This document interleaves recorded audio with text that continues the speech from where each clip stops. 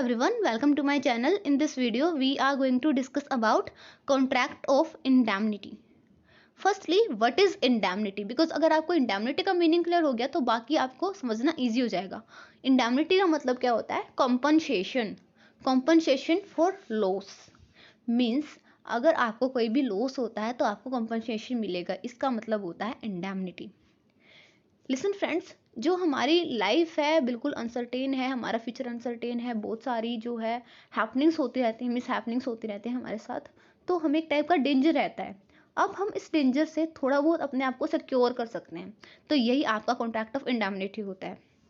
Indemnity का मतलब होता है अपने आप को सिक्योर करना या फिर किसी और को सिक्योर करना किसी टाइप के लॉस के अगेंस्ट या फिर किसी टाइप के फाइनेंशियल बर्डन के अगेंस्ट. फॉर एग्जाम्पल, आपका एक फ्रेंड है, वो आपके पास आया, उसने आपको बोला कि फ्रेंड मेरे को अपनी कार दे दो, मुझे कहीं दूर ट्रैवल करके आना है. मान लो आप केदारनाथ वगैरह जा रहे हो किसी होली प्लेस पे. देन आपने बोला ठीक है ले जा, लेकिन ट्रैवल जो है डेंजरस है, जर्नी पूरी डेंजरस है, कुछ भी हो सकता है, रास्ते में लैंडस्लाइड हो सकती है, किसी टाइप का एक्सीडेंट हो सकता है. देन अगर कोई भी लीगल प्रोसीडिंग वगैरह हुई तो वो आपके अगेंस्ट होगी बिकॉज कार जो है आपकी है, या फिर और भी कुछ भी हो सकता है. तो आप क्या बोलोगे? नहीं, मेरे को तो नहीं देनी है कार.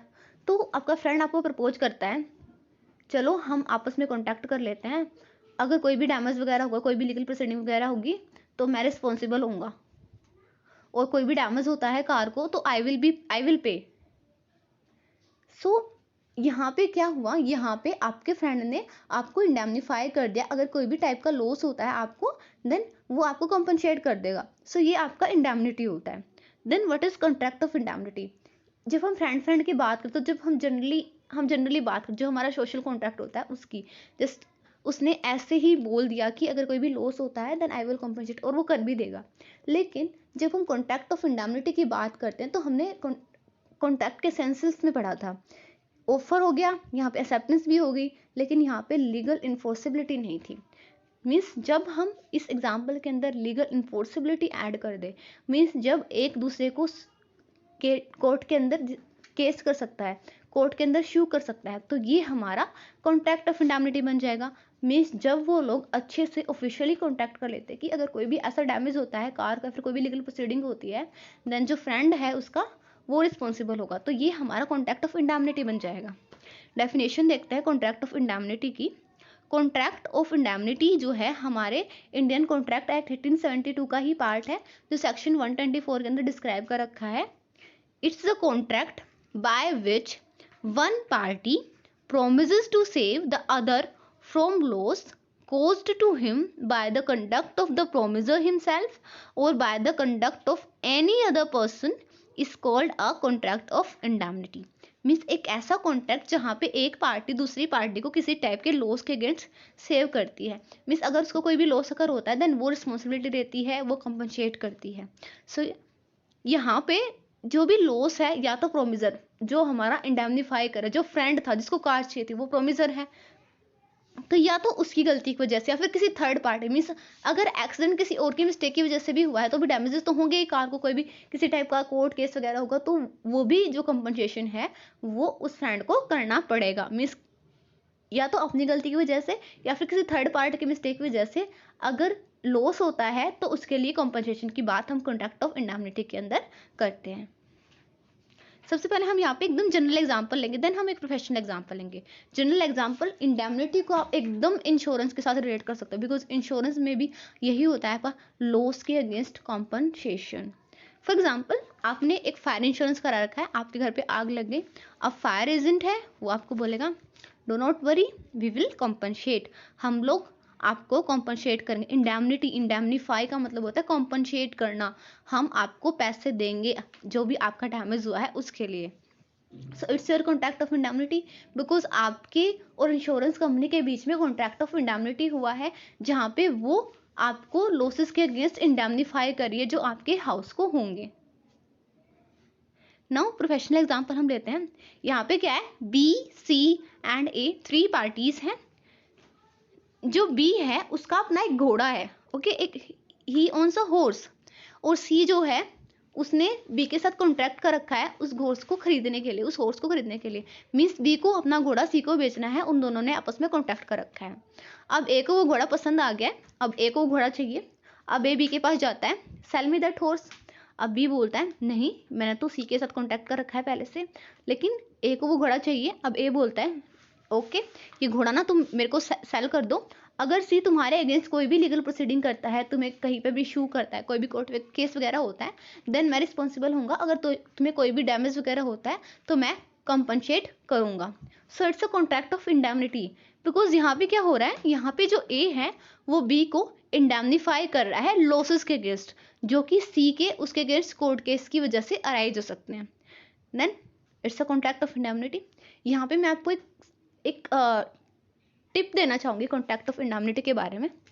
जो हमारा कॉन्ट्रैक्ट ऑफ गारंटी हमने पिछली वीडियो में स्टडी किया था, उसमें क्या था कि जो श्योरिटी होता है उसको कोई कंसिडरेशन नहीं होता है। मीन्स वो अपने फ्रेंड की या फिर जो प्रिंसिपल डायरेक्टर है उसके गेन के लिए काम कर रहा होता है। लेकिन जो हमारा कॉन्ट्रैक्ट ऑफ इंडेमनिटी होता है, वहाँ पे जो इंडेमनीफायर होता है उसका जो जब कॉन्ट्रैक्ट स्टार्ट होता है तभी से उसका कोई ना कोई स्टेक होता है, उसका कोई ना कोई कंसिडरेशन होता है, उसके बाद ही वो कंपनसेट करता है। जब आप इंश्योरेंस कराते हो तो सबसे पहले आप प्रीमियम्स पे करते हो, तो यहाँ पे भी आपका जो इंडेमनीफायर है उसका स्टेक आ गया, उसका कंसिडरेशन आ गया। या फिर जो ये फ्रेंड है, हमने कार वाला एग्जांपल लेता तो कार में भी पहले फ्रेंड को कार मिल रही थी, मीन्स उसका कोई ना कोई कंसिडरेशन था, देन ही इज कंपनसेटिंग। तो ऐसे इस एग्जांपल के अंदर भी ए को घोड़ा मिल रहा है, तभी वो जो बी है उसको इंडेमनीफाई कर रहा है। तो कॉन्ट्रैक्ट ऑफ इंडेमनिटी के अंदर हम ये कंडीशन भी डाल सकते हैं कि जनरली हम देखते हैं कि जो हमारा इंडेमनीफायर होता है वो स्टार्टिंग से ही कंसिडरेशन लेता है कॉन्ट्रैक्ट ऑफ इंडेमनिटी के अंदर। पार्टीज टू द कॉन्ट्रैक्ट, कौन कौन सी हमारी पार्टीज होती हैं, हमने पढ़ा था डिफरेंसेस के अंदर कि कॉन्ट्रैक्ट ऑफ इंडेमनिटी के अंदर हमारी दो ही पार्टीज होती हैं, इंडेमनीफायर एंड इंडेमनीफाइड, जिसको हम इंडेमनिटी होल्डर भी बोलते हैं। इंडेमनीफायर कौन होता है, जो कि बोलता है कि अगर तुम्हें कोई भी लॉस होगा तो आई will B compensating, I will be responsible, means who promises to make good the loss caused to the other party. Now indemnified या फिर indemnity holder, जो जिसको कि अश्योर किया गया है कि कंपनसेट करने के लिए। उस एग्जाम्पल में जिसके पास कार थी, जो हमने जनरल एग्जाम्पल लिया था, और इस एग्जाम्पल के अंदर हम खुद जिन्होंने इंश्योरेंस करा रखा था, और इस एग्जाम्पल के अंदर हमारा B. Now essentials of contract of indemnity, means क्या क्या एसेंशियल्स फीचर्स हैं कॉन्ट्रैक्ट ऑफ इंडेमनिटी के, जिनके बिना कॉन्ट्रैक्ट ऑफ इंडेमनिटी कंप्लीट नहीं हो सकता है। Firstly parties to a contract, यहाँ पे जो कॉन्ट्रैक्ट ऑफ इंडेमनिटी होता है उसमें टू पार्टीज मस्ट होती है, one is your indemnifier and one is your indemnity holder. Protection of loss, यहाँ पे प्रोटेक्शन ऑफ लॉस होता है, मीन्स यहाँ पे हम लॉस की और अनसर्टेनिटी की बात करते हैं। जब दो पार्टीज कॉन्ट्रैक्ट ऑफ इंडेमनिटी के अंदर एंटर करते हैं तो वो प्रॉमिस करती है एक पार्टी दूसरी को कि अगर तुम्हें कोई भी लॉस होता है तो उसके रिगार्डिंग कॉम्पनसेट किया जाएगा। मीन्स यहाँ पे हम लॉस की बात करते हैं। जो लॉस होता है या तो हमारे इंडेमनीफायर की गलती की वजह से होता है या फिर किसी थर्ड पार्टी की मिस्टेक की वजह से। एक्सप्रेस और इम्प्लाइड, जो कॉन्ट्रैक्ट ऑफ इंडेमनिटी होता है वो एक्सप्रेस भी हो सकता है और इम्प्लाइड भी हो सकता है। एक्सप्रेस का मतलब होता है या फिर ओरल होता है या फिर रिटर्न होता है। जैसे हमने फ्रेंड की बात की थी तो वो हमारा जो कॉन्ट्रैक्ट था वो जनरल ओरल था, और हमने जब लीगल रिस्पॉन्सिबिलिटी की बात की तो हम मान के चलते कि रिटर्न था। लेकिन इम्प्लाइड भी हो सकता है। इम्प्लाइड का मतलब होता है जो हमारे कंडक्ट, हमारे बिहेवियर की वजह से पता चले, जो कि सिंपली होता है। जैसे कॉन्ट्रैक्ट ऑफ गारंटी के अंदर प्रिंसिपल, डायरेक्टर एंड श्योरिटी के बीच में इम्प्लाइड कॉन्ट्रैक्ट ऑफ इंडेमनिटी था। हमने उसमें बता नहीं रखा था कि कॉन्ट्रैक्ट ऑफ इंडेमनिटी है, लेकिन ऑटोमेटिकली जो प्रिंसिपल डायरेक्टर है वो रिस्पॉन्सिबल है अगर श्योरिटी को कोई भी डैमेज होता है उसको कंपनसेट करने के लिए। तो ऐसे ही और भी एग्जाम्पल हम लेते हैं। जब हम कॉन्ट्रैक्ट ऑफ एजेंसी पढ़ेंगे तो जो हमारा एजेंट होता है वो जो प्रिंसिपल ओनर है उसके अंडर काम कर रहा है, उसके अकॉर्डिंग काम कर रहा है। तो अगर एजेंट को कोई भी लॉस होता है तो प्रिंसिपल ओनर और एजेंट के बीच में इम्प्लाइड कॉन्ट्रैक्ट ऑफ इंडेमनिटी होता है, और प्रिंसिपल ओनर को उसको कंपनसेट करना पड़ता है। तो जो कॉन्ट्रैक्ट ऑफ इंडेमनिटी होता है वो हमारा ओरल भी होता है, रिटर्न भी होता है और इम्प्लाइड भी होता है। Then essentials of a valid contract, जो भी हमने इंडियन कॉन्ट्रैक्ट एक्ट 1872 के एसेंशियल्स पढ़े थे, ऑफर, एक्सेप्टेंस, एग्रीमेंट, कंसिडरेशन, ये सारे के सारे इसके अंदर ऐड हो जाएंगे। नंबर ऑफ कॉन्ट्रैक्ट्स, यहाँ पे कितने कॉन्ट्रैक्ट होते हैं, यहाँ पे हमारा एक ही कॉन्ट्रैक्ट होता है इंडेमनिटी होल्डर एंड इंडेमनीफायर के बीच में। Now what are the rights of promisee means जिसको प्रॉमिस किया गया है, या फिर इंडेमनीफाइड हम बोल सकते हैं, या फिर इंडेमनिटी होल्डर, उनके क्या क्या राइट्स हैं। ये जो राइट्स हैं वो हमारे इंडियन कॉन्ट्रैक्ट एक्ट 1872 के सेक्शन 125 के अंदर डिस्क्राइब कर रखे हैं।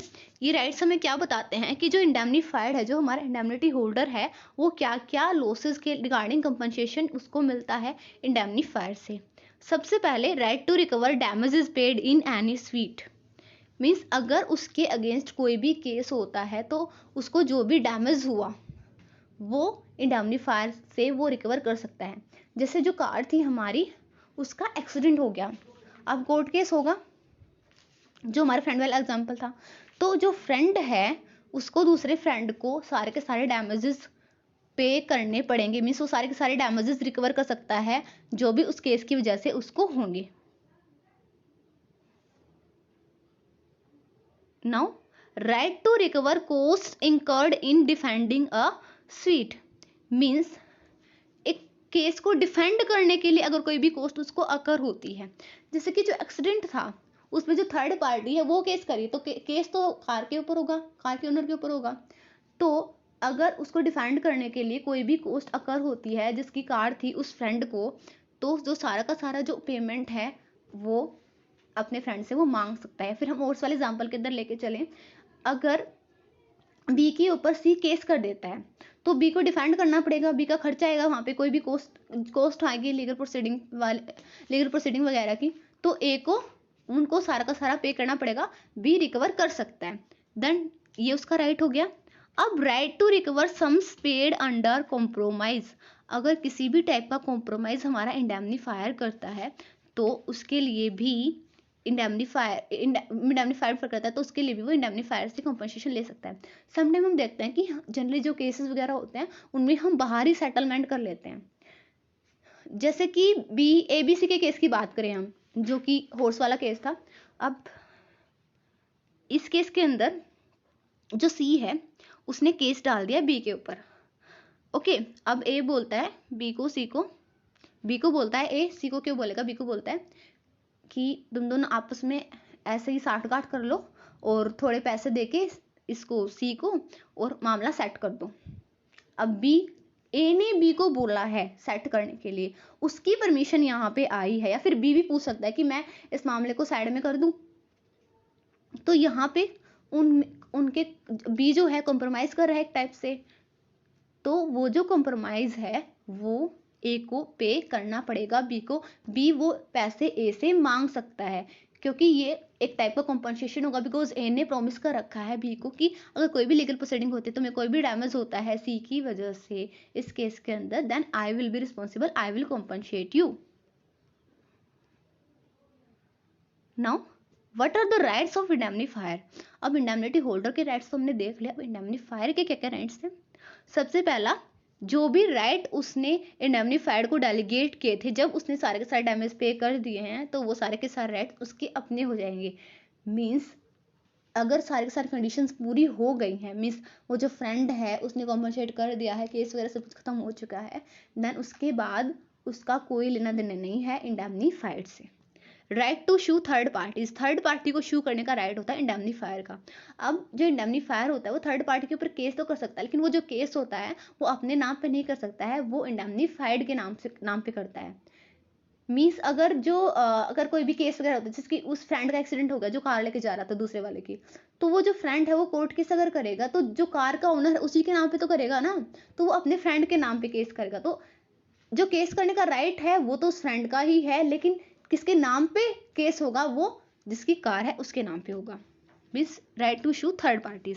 Then the damages not covered in contract will not bound the indemnifier to pay such damages.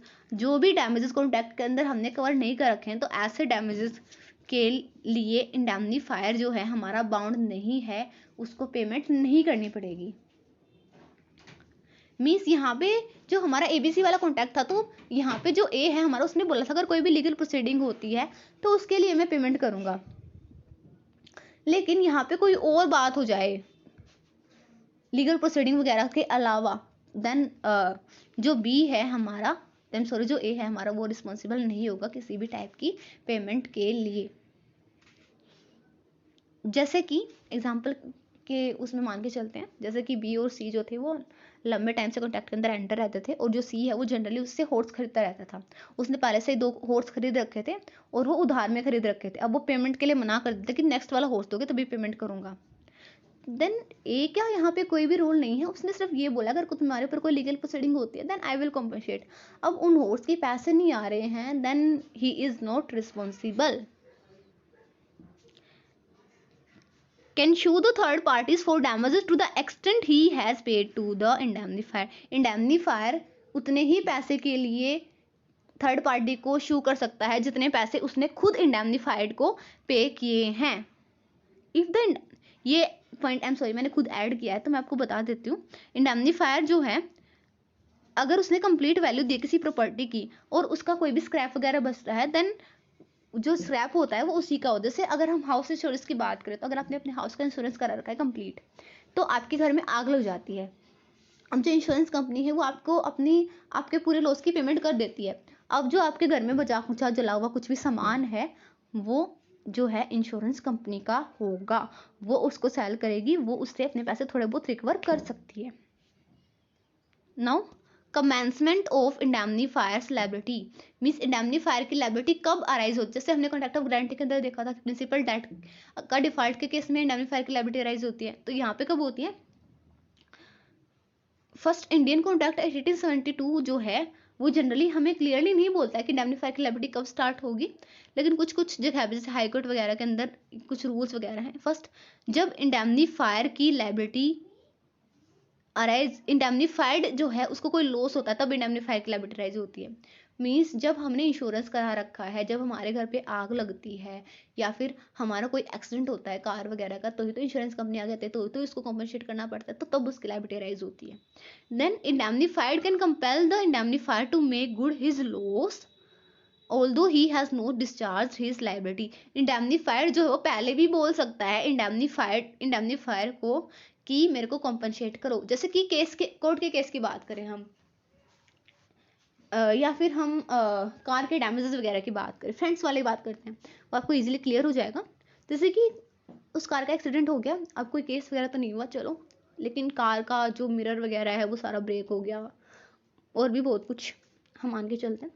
अब जो फ्रेंड है जिसकी कार थी उसने कार को ठीक नहीं कराया, वो पहले ही उस फ्रेंड को बोल सकता है कि तू मेरी कार को ठीक करा के दे, तू पहले ही इन डैमेजेस को पे कर दे, तो ये भी लायबिलिटी इस टाइम पे भी अराइज हो सकती है। मीन्स पहले वाले पॉइंट में हमने बात की तो वो खुद ठीक कराएगा, वो खुद डैमेजेस पे करेगा, देन वो कॉम्पनसेशन ले लेगा। लेकिन ये भी हो सकता है कि वो पहले ही उसको बोल दे, अपनी लायबिलिटी डिस्चार्ज करने से पहले ही वो सामने वाले को बोल सकता है कॉम्पनसेशन के लिए, अपने लॉस को ठीक करने के लिए। Thank you all. Thank you for watching my video. If you like the video, don't forget to like, subscribe and comment on my channel. And I have uploaded only 3 videos of business law although, but I am on it. And if you have any request of any topic, you can tell me in the comment section. I will make the video.